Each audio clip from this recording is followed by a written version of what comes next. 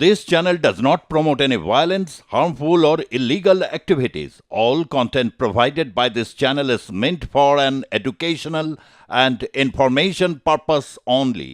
বাংলাদেশে জাতীয় স্লোগান আর থাকছে না জয় বাংলা, এই স্লোগান থাকছে না এমনটাই জানা যাচ্ছে।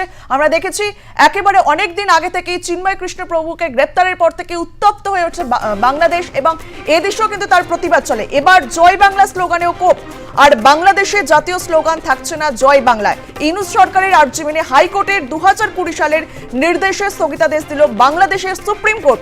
2020 সালে এক নির্দেশে জয় বাংলাকে জাতীয় স্লোগান বলে নির্দেশ দিয়েছিল হাইকোর্ট। আমরা এই বিষয়ে কথা বলবো, আমরা সরাসরি চলে যাবো। আমাদের সঙ্গে রয়েছেন আন্তর্জাতিক সম্পর্ক বিশেষজ্ঞ রাজা গোপাল ধর চক্রবর্তী। রাজা গোপাল বাবু, এবার জয় বাংলা স্লোগানেও কোপ, আর বাংলাদেশে জাতীয় স্লোগানে থাকছে না জয় বাংলা, আপনার প্রতিক্রিয়া? হ্যাঁ, দেখুন যে বাংলাদেশে এরকম 2017 সাল নাগাদ বোধহয় কোনো এক আইনজীবী উনি বললেন জয় বাংলাকে জাতীয় স্লোগান করা দরকার এবং কোর্ট সেটা মেনে নিল। এবারে স্টেট সরকার আবেদন করেছে ওটা খারিজ করা হোক, স্টেট সেটাকেও মেনে নিচ্ছে। অর্থাৎ ওদেশের কোর্ট মোটামুটি যারা সরকার পরিচালনা করেন তাদের কথাই শোনে। এখন স্লোগানের কি মূল্য আমি তো বুঝি না, যে জাতীয় স্লোগান ব্যাপারটা কি তা তো বুঝি না। এটা কি বন্ধ করা যাবে? এটা কি কেউ বললে কি গ্রেপ্তার হবে? সেটা আমি বুঝতে পারছি না। ভারতবর্ষে যেমন আমাদের সত্যমেব জয় থেকেই আমরা জাতীয় স্লোগান বলে থাকি, যদিও জয় বাংলার যে ওই ধরনের স্লোগান হচ্ছে জয় হিন্দ আমরা সবাই বলে থাকি। এখন জয় বাংলা সব স্লোগানটা কি ব্যান্ড হয়ে গেল, না এটা জাতীয় স্লোগান থাকলো না, এটা ঠিক স্পষ্ট নয়। জাতীয় স্লোগান তার কি মূল্য আমি এখনো বুঝতে পারি না। কিন্তু জয় বাংলা স্লোগান বললে কারোকে কি গ্রেপ্তার করা হবে? সে কি জাতীয় কোনো অপরাধ করছে? এইটা আমার কাছে জানার আগ্রহ রয়েছে। কিন্তু জাতীয় স্লোগান যেটা সব সরকারি মিটিং টিটিং এ যায় বাংলা এরকম হয়তো শেষের দিকে বলাও। হ্যাঁ, এটা আমি বাংলাদেশে যতবার গেছি খুব একটা শুনিনি, যেসব জাতীয় অনুষ্ঠানের পরেই এটা ঘটছে খুব একটা শুনিনি। তো জানি না এখন সেটা কোথায় ছিল, তার পরিধি কি ছিল, ব্যাপ্তি কিরকম ছিল জানা নেই। এখন সরকার চাইছে যে মুজিবের সঙ্গে কানেক্টেড, মুজিবুর রহমান যিনি বাংলাদেশের প্রতিষ্ঠাতা, তার সঙ্গে কানেক্টেড যা কিছু আছে ভেঙে ফেলতে হবে। ওরা বলছে বাংলাদেশের কারেন্সি নোট থেকে মুজিবের যে ছবি আছে সেটা সরিয়ে ফেলতে হবে। ওনার বঙ্গভবনে, ওনার মিউজিয়ামের সব ভেঙে ফেলে দিয়েছে, মূর্তি যা আছে ভেঙে ফেলেছে। এখন এইটা যে স্লোগানটাও মনে করছে যে ওটা ওনাদের ওনার সঙ্গে সংযুক্ত আছে, ওটাকে মুছে ফেলো। এখন জানি না আবার এটা তো মুছা যায় কিনা আমার জানা নেই। জয় বাংলা তো যে কেউ বলতে পারে, এবং যারা মুজিবের ভক্ত তারা তো সংখ্যা এখন কম নেই, তারা হয়তো এই মুহূর্তে ভয় পেয়ে বলবে না, কিন্তু পরবর্তীকালে বলতেই পারে। এই কোর্টের এই সমস্তই বুঝি না, হট করে জাতীয় স্লোগান এইগুলোকে যে সরকার চাইলেই তাকে করতে হবে, আর সরকার না চাইলেই তাকে আবার তুলে দিতে হবে। কোর্ট যখন বাংলাদেশে যাকে বোঝাই যাচ্ছে যে কোর্টের যে স্বাধীনতা, বিচারালয়ের যে স্বাধীনতা, সেটা একেবারেই নেই। এটা আমার কাছে খুবই বোঝাই যাচ্ছে। আমি তার ফলে খুবই আশ্চর্য হব না যে বাংলাদেশের যে বিচার ব্যবস্থায় যদি কোনো কেউ ন্যায় বিচার পায়, সে পায় কি করে? যে দেশের সুপ্রিম কোর্টের বিচারপতিকে লোক দলবল নিয়ে বলে আপনি পদত্যাগ করুন, সে পদত্যাগ করছে, আমরা দেখেছি। হ্যাঁ, এরকম ঘটনা যেখানে ঘটে, বিচারপতিকে জোর করিয়ে পদত্যাগ করিয়ে নেওয়া, এইগুলো তার সেখানে তো কোনো বিচারের তো নেই, বিচারের নীরবে নির্ভীতে কাঁদে, এটা তো পরিষ্কার। এবং এর ফলে যে চিন্ময় প্রভু তার যে কবে বিচার হবে, কি হবে, আমরা মোটামুটি বোঝা যাচ্ছে যে খুবই অবস্থা। সে সন্ন্যাসীর কোনো সঠিক বিচার হবে কিনা যথেষ্ট সন্দেহ আছে। যাই হোক, জয় বাংলা স্লোগানটা তারা খারিজ করেছে, এটাকে তারা মুজিবকে ভুলতে চাইছে। এবং আমাদের ইউনূস সাহেব যে অনেক কাজ তো আছে ওনার, অনেক কিছু না, জিনিসপত্রের দাম বাড়ছে, মানুষের অসহায় অবস্থা, চাকরি নেই। এই বৈষম্য বিরোধী আন্দোলনটা হলো একটা ভালো, চাকরি নেই বলেই আন্দোলনটা হলো, সেইগুলো দিকে যদি নজর দিতেন মনে হয় ভালো হতো। কিন্তু উনি সবকিছুতেই ওনাকে মুছে ফেলতে চাইছেন। জানি না ওনার যারা ফলোয়ার্স তারা হয়তো আগামী দিনে মুজিবের জায়গায় মোহাম্মদ ইউনূসকে বসাবেন কিনা। হ্যাঁ, মুজিব তাই সেই জায়গাটা পেয়েছেন অনেক সংগ্রাম করে, তার স্বার্থ ত্যাগ করে।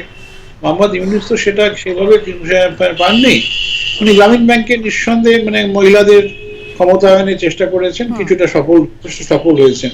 তার জন্য ওনার পুরস্কার পাওয়া গেছে, নোবেল প্রাইজ পাওয়া গেছে। নোবেল প্রাইজ আর রিভিউ করা যায় না, কেউ যদি বলে নোবেল প্রাইজ তুলে নাও, নোবেল কমিটি সেটা বলে যে আমরা একবার যাকে দিই সেটা তুলে নেওয়ার মতন এখতিয়ার আমাদের নেই, সুতরাং ওনার এটা থেকেই যাবে। কেউ যদি কোর্টে যায় কিছুই করতে পারবে না। কিন্তু এই যে কোর্ট থেকে যে খারিজ করে দেওয়ার চেষ্টা হচ্ছে যে জয় বাংলা স্লোগান, আমরা যারা এপারের মানুষ জয় বাংলার সঙ্গে জয় বাংলার আওয়াজ যখন 70-71 শুনেছি, আমাদের মনের মধ্যে একটা অদ্ভুত একটা প্রাণের সঞ্চার হতো, যারা আমরা বাংলাদেশের আন্দোলন দূর থেকে ছোট বয়সে আমরা দেখেছি। এখন বাংলাদেশের মানুষেরও হয়তো নিঃসন্দেহ হতো, আমি যখন গেছি কোনো জায়গায় দেখেছি যে সেগুলো বললে মানুষ আনন্দ পাচ্ছে। আবার যখন অন্য রাজত্ব ছিল, বেগম জিয়া রাজত্ব বা রাজত্ব, বেগম জিয়াউর রহমানের রাজত্ব বা জাতীয় পার্টি যিনি এসআরদের রাজত্ব, সেখানে এই জয় বাংলা সব চলতো না, কেউ কোথাও ব্যবহৃত হতো না। আবার শেখ হাসিনা ফিরে সাথে জয় বাংলা তার স্থান দখল করে নিয়েছে। এখন এপার বাংলায় তো জয় বাংলা স্লোগানটা তো ব্যবহৃত হচ্ছে এখন এরপর। হ্যাঁ, সুতরাং সে দেশে জাতীয় স্লোগান হলো না, তো এদেশে একের পর এক ঘটনা বাংলাদেশে হয়ে যাচ্ছে, ফতোয়া জারি করা হচ্ছে, এছাড়াও বিভিন্ন রকমের ঘটনা দেখতে পাচ্ছি। তবে কি বাংলাদেশ এখন কট্টরপন্থীদের হাতে নিয়ন্ত্রিত? হ্যাঁ, সেই কট্টরপন্থীরাই তো বাংলাদেশটাকে চালাচ্ছে। এবং প্রথম স্বাধীনতা যুদ্ধটা আমরা দেখেছিলাম ভাষার ভিত্তি করে, ভাষাগত ভিত্তিতে বাংলাদেশের একটা জাতীয়তাবাদ বোধ তৈরি করা। সেটাই মুজিবুর চেয়েছিলেন যে আমাদের সবাই বাংলা ভাষায় কথা বলি, আমরা কেন উর্দুকে আমরা মেনে নেবো। এটাই হচ্ছে তার আন্দোলনের মূল ভিত্তি ছিল। সেখানে হিন্দু মুসলমান বা অন্য কোনো জাতির ধর্মের ব্যাপার ছিল না, সবাই এক কাট্টা হয়ে বাংলা ভাষার জন্য লড়াই করেছিল। আমরা 21শে ফেব্রুয়ারি জানি সেখানে মানুষ গুলিবিদ্ধ হয়ে অনেকে মারা গিয়েছিল। সেই জাতীয়তার মধ্যে ভিত্তি করেই সরকারটা উনি তৈরি করেছিলেন, এবং উনি সেখানে বুঝেছিলেন যে ভাষার গুরুত্ব থাকার পাশাপাশি ধর্মনিরপেক্ষতাই মূল ভিত্তি হওয়া উচিত। এইভাবে 72-এর সংবিধান তৈরি হয়েছিল, বেশ কিছু অ্যামেন্ডমেন্ট হলো, মূল কাঠামো পাল্টায়নি। যাই হোক, এখন তো বোঝাই যাচ্ছে যে দ্বিতীয় স্বাধীনতা যুদ্ধ যাকে বলা হচ্ছে, তার লক্ষ্য হচ্ছে ভারত বিরোধিতা এবং একটা মৌলবাদের প্রতিষ্ঠা করা। এবং এই দ্বিতীয় স্বাধীনতা তো এসেছে, যেটা ওরা বলতে চাইছেন যে মানে রাস্তাঘাটে মানে লড়াই করে বা বন্দুকে করে, হ্যাঁ, সেটা লড়াই করেছে। এখন নির্বাচনের মাধ্যমে তো আসেনি। এখন নির্বাচনে জিততে গেলে ওনারা ভাবছেন হয়তো এই যে মৌলবাদ থেকেই ব্যবহার করে বা মানুষকে এক কাট্টা করা, এখন সংখ্যালঘুদের বিরুদ্ধে আক্রমণ করা, এটাই যে তাদের মূল লক্ষ্য। এবং একেবারে সরকার ইচ্ছে করেই চাইছে যে এইভাবে ব্যাপারটা ছড়িয়ে পড়ুক। কিন্তু এমন একটা সময় আসবে যখন আর নিয়ন্ত্রণ করার জায়গায় পাবে না। আমার মনে হচ্ছে নিয়ন্ত্রণের জায়গা হারিয়ে যাবে, এবং তখন অর্থনৈতিক অস্থিরতা এমন জায়গায় যাবে, এখনই চলে গেছে, আরো যত দিন খারাপ হবে, আরো যতদিন এগিয়ে যাবে আরো খারাপ হবে। তখন কিন্তু মানুষের এইসব ধর্মান্ধতাটাকে খুব গুরুত্ব দেবে না, কারণ তাদের বেঁচে থাকাটাই যখন জীবনের মূল দাবি হয়ে পড়ে, হ্যাঁ, তখন আর এইসব জিনিস কাজে দেবে না। সেই দিকেই যাচ্ছে বলি আমার ধারণা। মানুষ আজকে ধর্মের ভিত্তিতে পদরুদ্ধ করেছে, আগামী দিন আর্থিক দুরবস্থার জন্য আবার যুদ্ধ করবে, এবং হয়তো থার্ড স্বাধীনতা যুদ্ধ বাকি নেই। বেশ, অনেক ধন্যবাদ আপনাকে আমাদের সঙ্গে কথা বলার জন্য।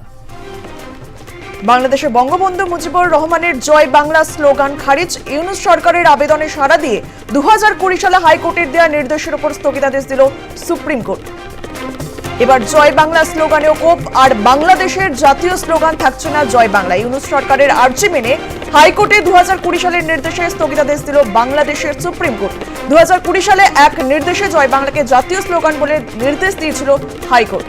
বাংলাদেশের একাংশের বক্তব্য, বাঙালি জাতিসত্তায় আঘাত হানতে চাইছে ইউনূস সরকার। জয় বাংলাকে জাতীয় স্লোগান রাখার অর্থ পাকিস্তানপন্থী নয়া বাংলাদেশের পথে প্রস্তুত করা।